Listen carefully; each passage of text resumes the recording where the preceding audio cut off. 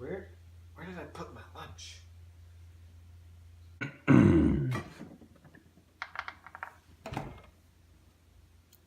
Chris. How did I escape? With difficulty. How did I plan this moment? With pleasure. You've taken my sandwich. Along with everything else. Except your condiments. But why? You could call it vengeance. For the sandwich you once stole from me.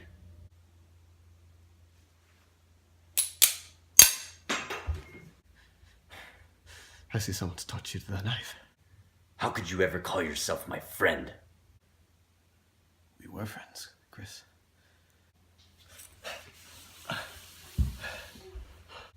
You stole my sandwich! Fine. Take your vengeance. But I'll never give you my condiments. You don't have it in you. Just tell me how you make your sandwich. I won't tell you. I won't tell you how to make my sandwich. But I can show you.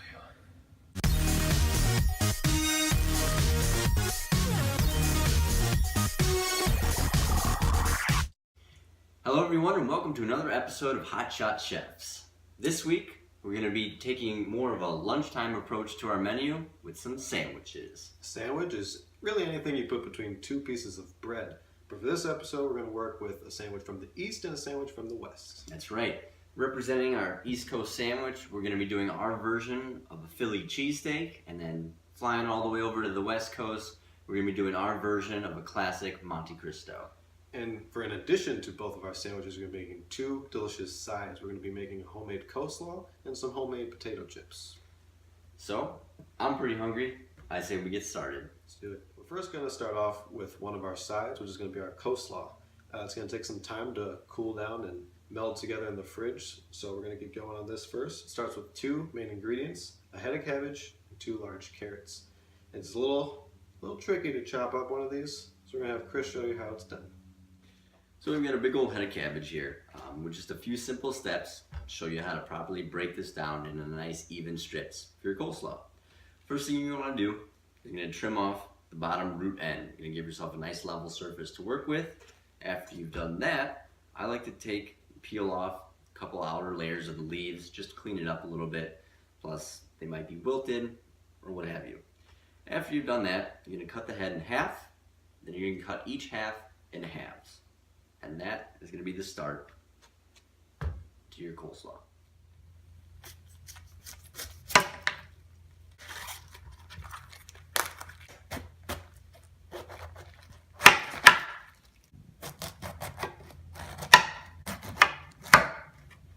So here we have our cabbage. It's cut into 4 quarters. And the next step now is we're going to be taking and cutting out, there's this solid rooty end in a couple of the pieces that we have here. So what we're going to do, I'm just going to take our knife and make a quick diagonal cut down to get rid of that piece. Just set that off to the side and do that with the other piece as well. This one looks like there was only 2 pieces that had it. And after you do that, we're going to put these things down on a flat surface and we're going to chop them up into nice even strips of cabbage.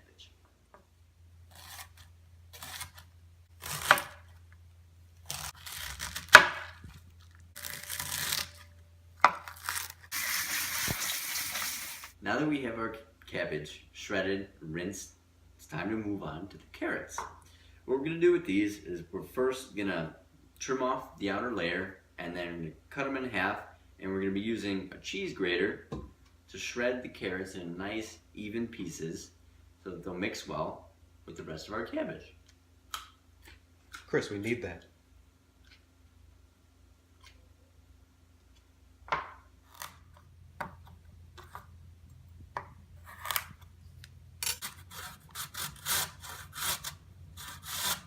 Okay, so we have our cabbage and carrots well mixed together.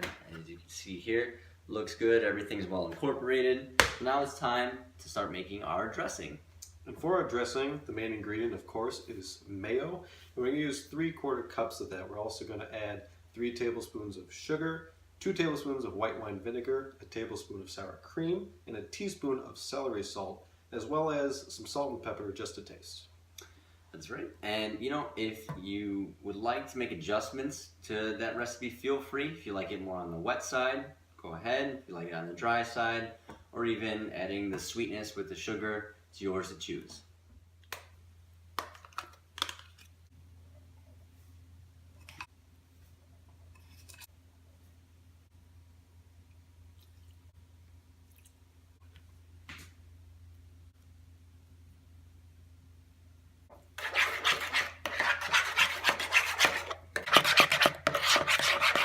Our dressing's all made. Last step, just combining it with our slaw mix here. And then what we're going to do is we're just going to stick it in the fridge. We're just going to let it sit there and wait. And it's going to be a perfect side to one of our sandwiches once it's all nice and chilled. Well, we've got our coleslaw chilling in the refrigerator. Now it's time to move on to the cheesesteaks portion. Going over to the East Coast. But the real question is, how did they get the cheese inside the steak? They don't put the cheese inside the steak, Chris. No? It's just on top of the sandwich. But anyway, Philly cheesesteak from Philadelphia, city of brotherly love. It's a lot like our relationship, you know, we're pretty close and stuff, so. No, we're not. What? No. The first components of our sandwich are going to be our onion and green pepper here. We're going to cut these up and we're going to put them in a large skillet over medium to medium high heat. We're going to let them cook down for a couple of minutes. And then we're going to add some of our portobello mushrooms. We're going to let those get till, you know, they're nice and soft, and then we'll be able to put our veggies off to the side. That's right. And once we've cooked our veggies, we're going to get working with our steak. We've got about a 3/4 pound ribeye steak that we're going to be using for our cheesesteak sandwiches. And what we're going to do is we're going to thinly cut these into strips. And after we've done that, we're going to give it a rough chop into some smaller pieces, which is going to fit well on our sandwich, be easier to eat. So we're going to take those, throw them in the same pan as we did with our vegetables. We're going to make sure all those pieces are well cooked through. After that, we're going to add back in our vegetable mix and toss it all together with some salt and pepper. All right, well, our veggies are nice and cut up. We're going to add these to our pan, a little bit of olive oil in there, heating it up. Once these are cooked down, we got our mushrooms sliced up and ready. Here we go.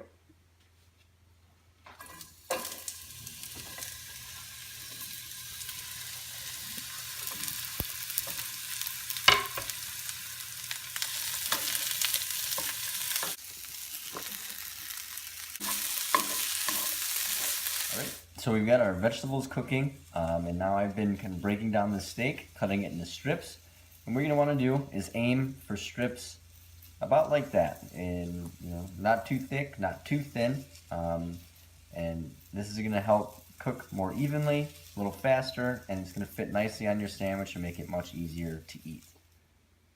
Okay, well, we've got our vegetable mix sauteed, set off to the side in a separate bowl. And now it's time, we're gonna add our chopped up steak. We're gonna just throw this in the same skillet that we cooked all of our vegetables in. We're gonna cook it till it's for about 5 minutes or so, or until it's all the way cooked through. And we keep stirring it around until it's finished.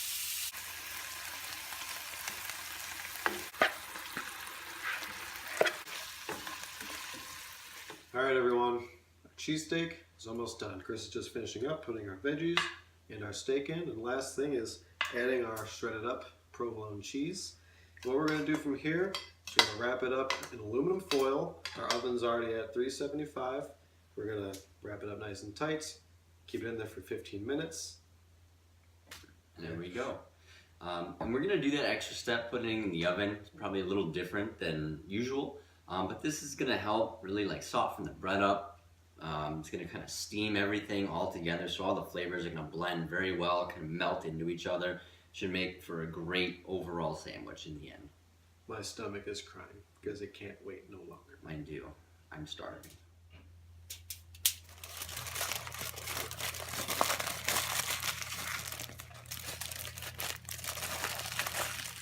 Okay, people.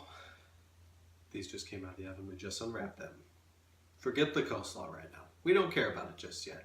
No. It's time. It's time. We need these in our mouths right now. Chris, let's do this. Mmm. Mm-hmm. It's so good. Mm-hmm. Okay, Philly, we get it. We see what you're doing over Mm-hmm. We may be a little away from your home. We did the best that we could. These are pretty tasty. I mean, there's layers of flavor. You get all the deliciousness of the onions and peppers, the mushroom in there, and then this provolone cheese. It's got this extra saltiness to it that really just carries through and sends home the whole sandwich. I mean, look at that. Just, can you see this? Can you see it? Let's just say we wish you could smell it. Yeah. Or taste it. You're going to have to do it on your own, though, because, you know, we're busy. Yeah, We're busy eating this. we've got things We can only say so much. to do, and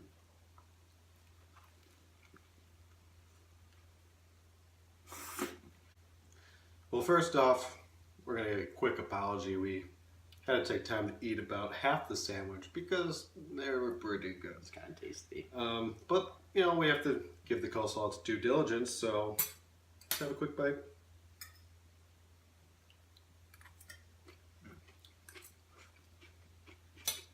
A great side for this. Get a great crunch from the cabbage and carrot base, and the dressing adds a lovely sweetness. It's not too much. You know, letting it sit in the fridge the whole time we were setting up our cheesesteak here. It's a great time to let all the flavors meld together, and it's just great compliment as a side. Yeah, slightly cool little side dish with a hot sandwich. It's great. Adds a whole different element of flavor and a nice, unique texture to the overall meal. It's great. Chris, check it out. I'm totally juggling these potatoes right now. They're gonna accept me to clown school. Application's gonna be verified. Just what I thought. Real clown. Potato chips. We're gonna take these, we're gonna clean them up a bit. We're gonna slice them real thin with a mandolin. And then once we got our nice slices, we're gonna put them into an ice bath so we can remove any excess starch.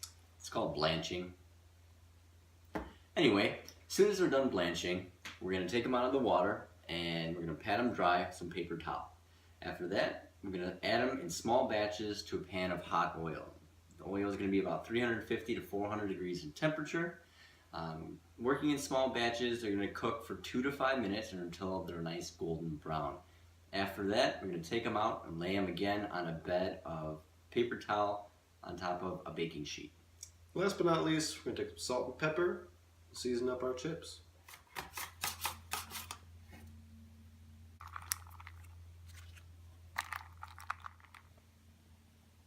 All right, well, we just hit 400 on our oil.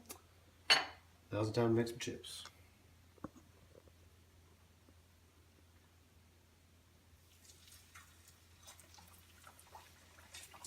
Make sure you keep them nice and spaced out in your oil.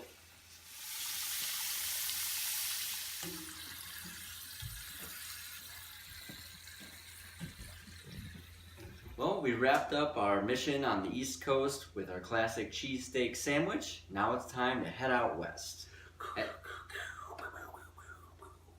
No, James, not the Southwest, the West Coast. Put those away. So like I said, we're going to be heading out west coast to build our very own version of the classic Monte Cristo sandwich. To build the Monte Cristo, we're going to use a couple nice little slices of white bread. We're going to build it with a protein of ham slices and using a little bit of Gouda cheese that we're going to melt through it. That's right. And once we have the sandwich all put together, what we're going to do is we're going to dredge it in a egg wash, much like you would with French toast. And we're going to put it on a hot griddle pan and grill it until it's a nice dark golden brown. So we're ready to get started putting our sandwiches together. And the Monte Cristo, at least our version, is going to be a little different. It involves 3 slices of bread. 3 slices. Why is that, Chris? Well, the extra slice is going to add a little bit of heft to the sandwich, and also it's going to help keep the sandwich together as you eat it, so it doesn't fall apart, things don't fall out of it, get all over your face and down your nice I kind of shirt like there. sandwich on the face. Next step, Gouda. We're going to take half of our cheese we have prepared here. We're going to put it on one of our slices of bread. And what you want to do with the cheese is make sure, get it nice and even, and get it out towards the edges of your slice. Because you want cheese in every bite. That's right. And it's not even the worst thing if you get a little bit of cheese that kind of just melts down the edge of the sandwich. Makes it look really aesthetically pleasing, if you will. So, the next step then, after you got your Gouda cheese laid down, is take some of few of your ham slices and just kind of lay it on top of the cheese. We're just creating layers. Have you counted how many layers are in a Monte Cristo? There's quite a few. Like 50? Not that many. No. You know, maybe like 37. 37. And don't be stingy with your ham. You know, it's going to be a nice hearty sandwich. Feel free to put a few slices on there. But don't forget too, we're going to be adding another layer of ham later on in the sandwich. Now for the middle of our sandwich, we're going to bind it all together with some mayo on our middle piece here. Just going to lay some down. Almost there. You can do it. Pardon me. Oh, I'm so sorry. After we get our mayo on one side of our sliced bread, I'll spread it out. There you go. There you go. Gonna put the mayo side down. Put some more mayo on top. This is a lot of mayo. I may have overestimated the mayo now. He's always good for too much mayo. All What right, does that mean? You want some more? No. Because mine's chunking up. There's just too much. I've got plenty Please of mayo. take more. No. No, please. Well, James is mayoing his sandwich over here. There's too much. I'm Just gonna gonna start adding the extra layer, or the next layer of ham to my sandwich. Oh, you're done with your mayo? Back to the cheese. Back to the cheese.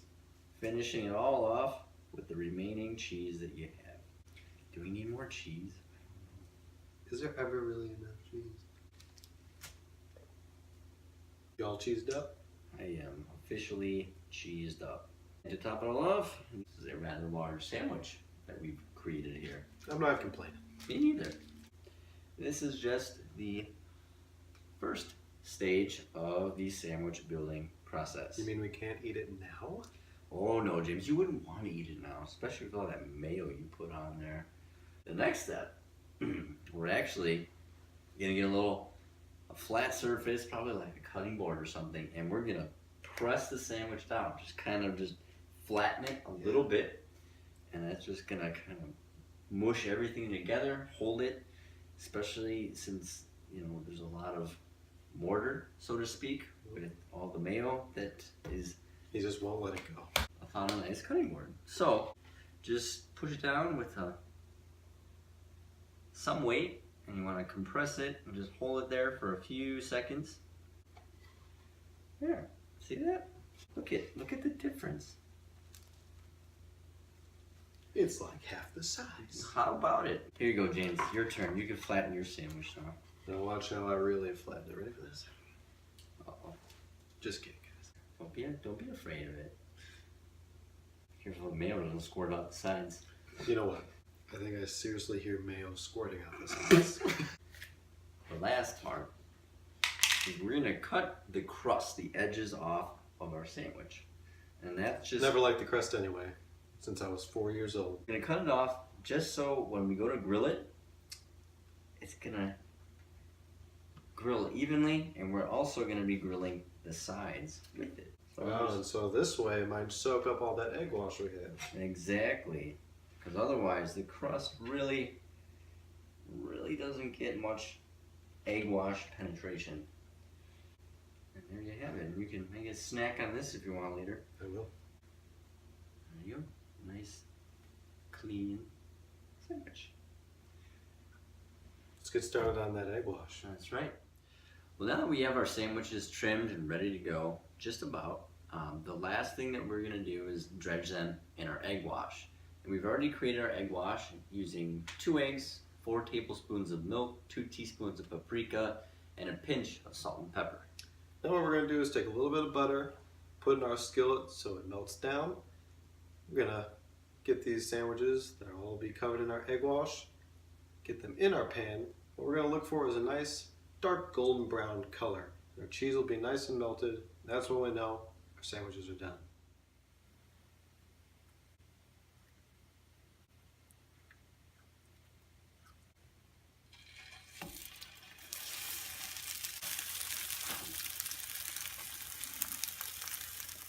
Well, we've created our West Coast Monte Cristo sandwich and it looks delicious. Sure does, Chris. And to pull it all together, we added some potato chips. We even added a tiny scoop of some blackberry jam. This way we can get some sweetness added to our savory dish and really pull it all together. Well, we've talked enough about it. Let's see how it tastes. Let's do it. Ooh.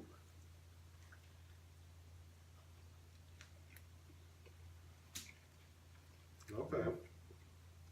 I'll see what this side of the States are doing too. It almost seems like the perfect combination between some French toast and a grilled cheese sandwich. Definitely. And with you get that saltiness from the ham, but then even with the egg wash, the little paprika that was in there with the butter, you get kind of like this smoky, nutty, kind of charred flavor, which is very good, complements the sandwich, and just makes it all around a great eat. To add to that, these chips, this is the color you're looking for. They're nice and crispy, well seasoned, and also another great compliment for our Monte Cristo sandwich. Well everyone, our sandwich adventure is just at an end. We went from the east, went to the west.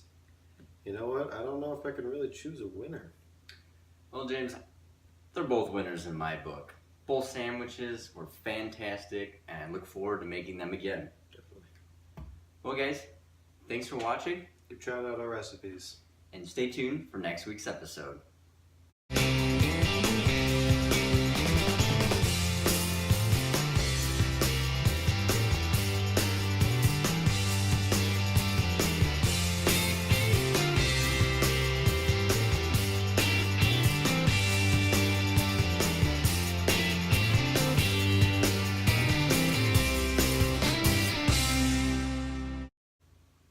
Well, just got done looking up what blanching means. Good. Care to know? I mean, I already know. We did it. No, we didn't. What are you talking about? Blanching is when you put it into hot water and then you remove it and then put it into ice water. What's the difference? Many, many degrees. Whatever. It makes a difference.